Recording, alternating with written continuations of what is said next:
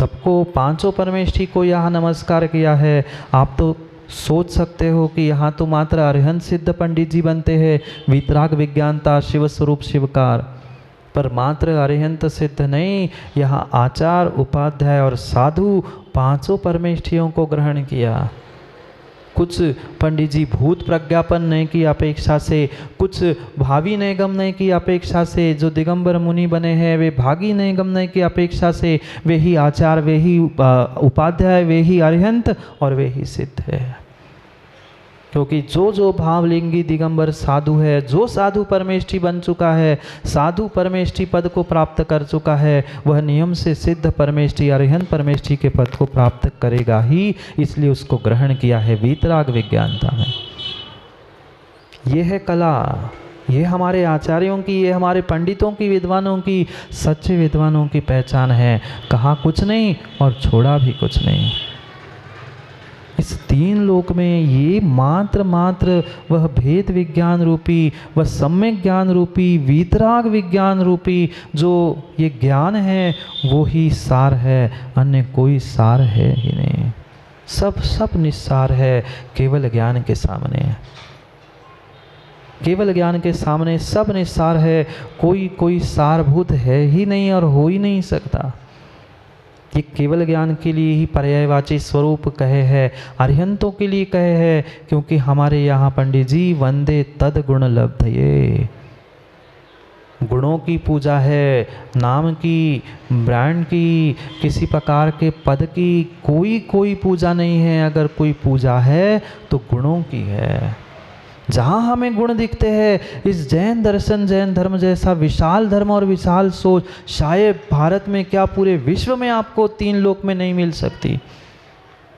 कहीं संकुचित सोच नहीं बनाई है, सोच इतनी विशाल की है कि जितने इन गुणों को प्राप्त करने वाले हैं वे सभी हमारे लिए पूज्य है, उनके लिए ही नमस्कार है। क्योंकि पापों को गलाकर पुण्य को लाने वाला जो होता है वही मंगलाचरण होता है, और वही जो मंगल आचरण करने के लिए निमित्त बनता है वही वास्तव में मंगलाचरण होता है। मंगलाचरण तो कर लिया, कई सारे माताएं खड़े होते मंगलाचरण कर लेते, बढ़िया सुंदर आवाज़ में भजन गा लेते, पर जय नहीं बोल पाते। अगर माँ जय नहीं बोली है तो मंगलाचरण नहीं है। भगवान का, गुरु का, कोई का नाम ही नहीं बोल पा रहे हैं, कितना ही सुंदर भजन क्यों ना हो, वह मंगलाचरण नहीं है, नहीं हो सकता। मंगल आचरण के लिए जो भगवान, प्रभु, गुरु, देव, शास्त्र, गुरु, किसी परमेष्ठी का नामस्मरण वहाँ पे नहीं है तो वह मंगलाचरण हो नहीं सकता। आचरण तो छोड़ ही दो, वह मंगलाचरण भी नहीं हो सकता। ग्रंथ के कोई भी कार्य प्रारंभ करने से पहले, ग्रंथ प्रारंभ करने से पहले मंगलाचरण करना आवश्यक नहीं, अनिवार्य होता है। एक नहीं 6 बातों का ध्यान कैलाशचंद जी कोई ग्रंथ प्रारंभ करने से पहले करना पड़ता है। आपको तो पता ही है और कई बार पढ़ाया भी होगा। मंगल निमित्त हेतु, मंगल की सबसे पहली आवश्यकता है, पर मंगलवार की नहीं तो टीकमगढ़ का तो मंगल मतलब एक ही पता है। टीकमगढ़ वालों तो मंगल एक ही पता है, मंगलवार। वो मंगल नहीं, वो तो वार हफ्ते में हर बार आएगा, पर जीवन के मंगल के लिए मंगल चाहिए। किस निमित्त से ग्रंथ प्राप्त हो रहा है, वह उसके पीछे हेतु क्या है, कितने उसमें श्लोक, पद्य कितनी मात्रा में है, ये सब कुछ समझे बिना आगे का पढ़ना सब व्यर्थ है। इसलिए ये 6 ढाला एक ऐसा अद्भुत ग्रंथ है। भले ही 6 ढालों में 6 विभागों में उसको विभाजित किया है, पर वास्तव में जीवन की यात्रा कही है, शून्य से लेकर भगवत्ता तक की, निगोद से लेकर उस सिद्ध अवस्था की, तो ये 6 ढाला में है। एक ढाल में वे आगे बढ़ते पंडित जी ने निगोद से बढ़ाते उस अरिहंत सिद्ध अवस्था तक का व्याख्यान प्राप्त किया। क्यों? क्योंकि वास्तव में मेरी जीवन यात्रा सच्ची यही है। कहाँ से कहाँ तक यात्रा है, कौन मैं हूँ, इसकी पहचान कराने वाला ये ग्रंथ है। 6 भागों में विभाजित 6 ढाला। ये मात्र अभी मंगल समझ रहे, मंगल कर रहे, मंगलाचरण को प्राप्त कर रहे हैं। मंगलाचरण में ही इतने रहस्य है कि कई महीने मात्र इस मंगलाचरण में ही प्रवचन और उपदेश हो सकते। पर इतना समय कहाँ है महाराज जी, आप तो पढ़ा जाओ, हम तो सुनत जा रहे हैं। और कभी गहराई से इस सच्चाई और अच्छाई का विवेक के साथ ज्ञान करने का प्रयास करो ना। ज्ञान तो है, बराबर है, बराबर है, ज्ञान की किसी के पास कमी नहीं है, पर ज्ञान क्या विवेक की कसौटी पे खरा उतरा है? क्या उस ज्ञान को कभी हमने सम्यक ज्ञान बनाने का प्रयास किया है? अगर सम्यक ज्ञान मति श्रुत रूपी सम्यक ज्ञान नहीं है तो भविष्य में कभी भी केवल ज्ञान प्राप्त होने वाला नहीं है। इस केवल ज्ञान की अगर कोई बीज है तो ये वर्तमान का मति श्रुत ज्ञान रूपी ये ज्ञान है, सम्यक ज्ञान है। पर उस मति श्रुत ज्ञान को भी सम्यक करो, कुमति को श्रुत मत करो। ये जो जितने जितने जीव वह विज्ञान के माध्यम से, ज्ञान के माध्यम से कोई अणुबम बना रहा है, कोई वह यान बना रहा है, कोई मिसाइल बना रहा है, ये मिसाइल बनाना, अणुबम बनाना, ये कोई ज्ञान विज्ञान का परिचय नहीं है। ये तो तुम्हारी कुमति कुश्रुत काम कर रही है, ये तुम्हारा कुज्ञान काम कर रहा है कि तुम दूसरे को मारने का पुरुषार्थ। ये विज्ञान नहीं है, ये कुज्ञान है। ये है विज्ञान, विवेक के साथ ज्ञान, विशिष्ट ज्ञान है, यही वीतराग विज्ञान है। और ये ही तीन लोक में सारभूत है। क्योंकि जब तक ये सम्यक ज्ञान रूपी सार नहीं है तब तक केवल ज्ञान रूपी सार भी प्राप्त होने वाला नहीं है। भले ही कहने के लिए वह मति श्रुत ज्ञान बहुत थोड़ा सा है, पर जैसी छोटी सी चाबी पूरे ताले को, हजारों करोड़ों लाखों की वह सामग्री को ग्रहण करने की शक्ति रखता है, ऐसी ही वह छोटी सी सम्यक ज्ञान रूपी चाबी भी केवल ज्ञान रूपी विश्व को, चराचर को जानने के लिए निमित्तभूत हो सकती है। नमो त्रियोग संहारी के, ये है सम्यक प्रणम्य। पढ़ते नमा सम्यक प्रणम्य जिन पाद युग गादा।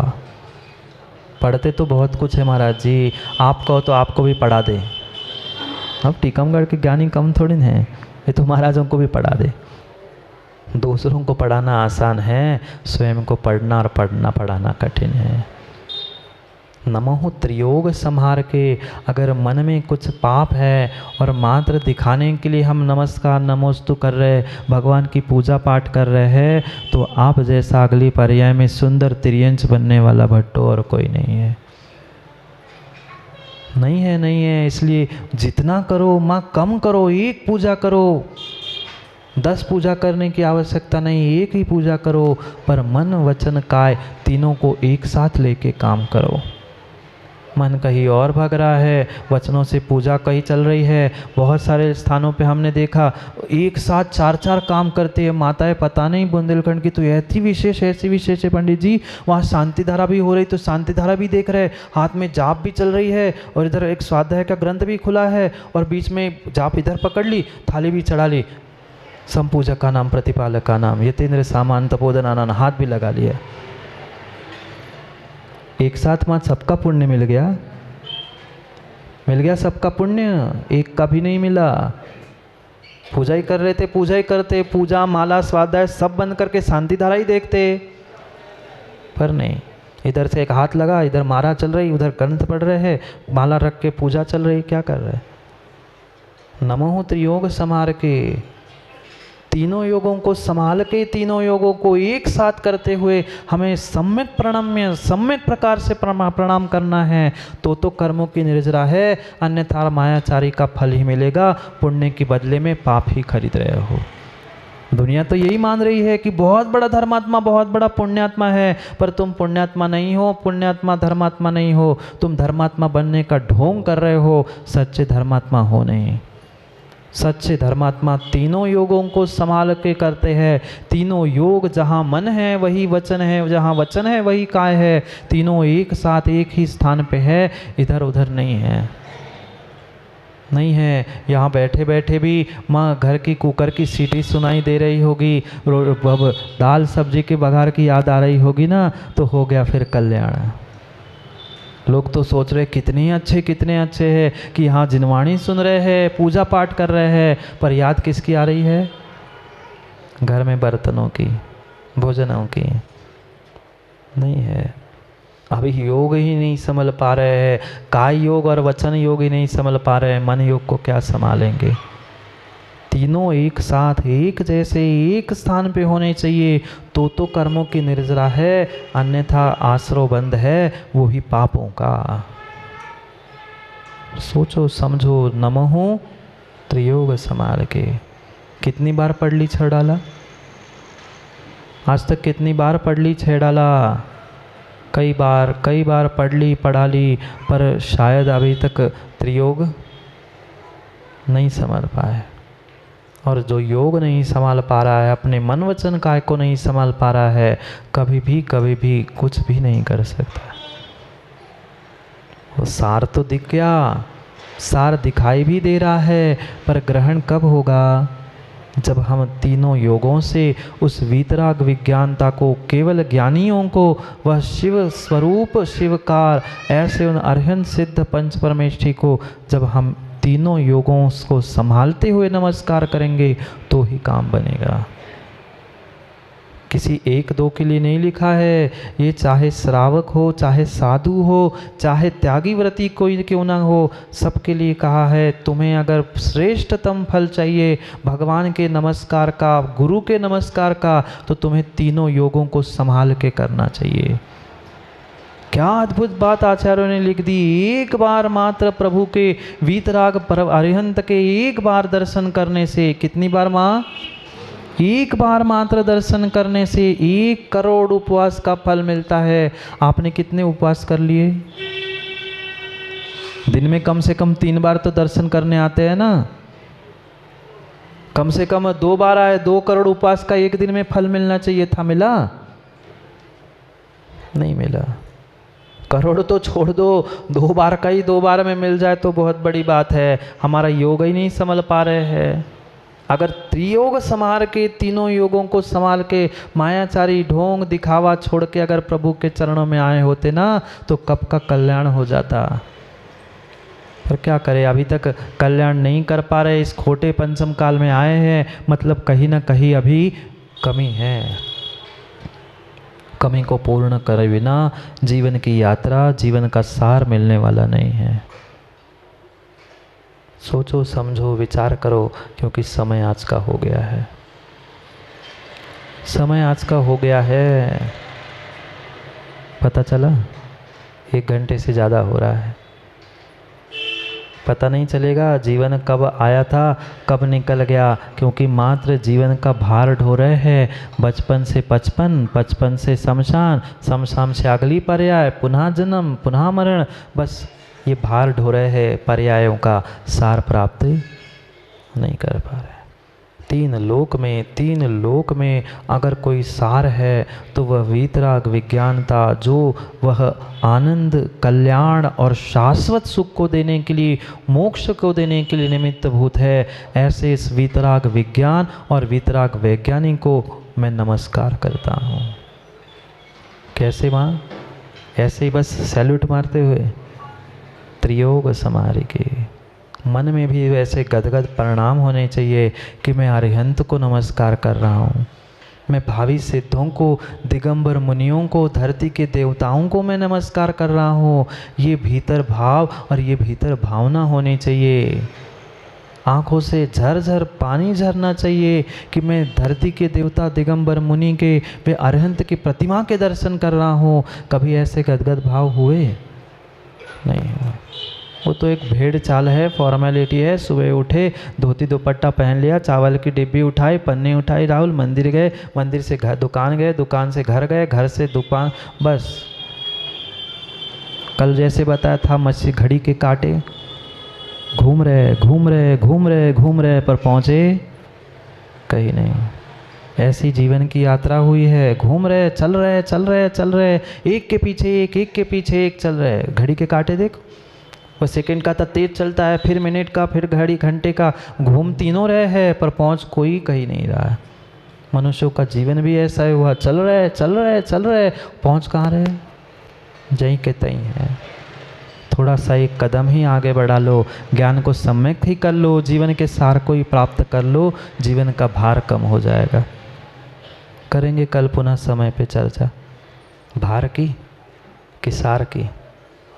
कौन से सार की? ढोरों की सार की कि जीवों की सार की?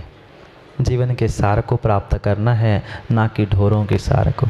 वो तो कई बार प्राप्त कर चुके त्रियंज पर्याय में, पर जीवन मनुष्य पर्याय का अगर सार कोई है तो सम्यक ज्ञान, वीतराग विज्ञान और केवल ज्ञान है। उसे प्राप्त करे। प्राप्त नहीं कर पा रहे हैं तो कम से कम जिन्होंने प्राप्त कर लिया है और जो प्राप्त करने का पुरुषार्थ कर रहे हैं उनके पास ही त्रियोग समारी के नमः। कम से कम उनके ही नमहु त्रियोग संहार के। हम नहीं कर पा रहे उत्कृष्ट कार्य, हम नहीं कर पा रहे हैं उत्कृष्ट केवल ज्ञान रूपी सार को, तो कम से कम करने वाले और कर चुके उनके सामने ही त्रियोग संहार के पहुँचो।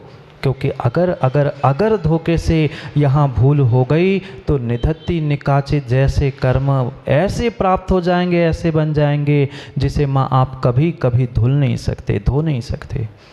सब दाग छूट सकते हैं, सब दाग छूट सकते हैं। वह वस्त्रों के नहीं, कर्मों के भी सब दाग छूट सकते हैं। निधत्ति निकाचित कर्मों को छोड़कर जो आप देव शास्त्र और गुरु के निमित्त से जो भी भूल करोगे, जो भी विपरीत काम करोगे, पक्का मानना वह जीवन में निधत्ति निकाचित जैसे कर्म बन जाएंगे, जिसका उत्कर्षण अपकर्षण संक्रमण पंडित जी नहीं होता।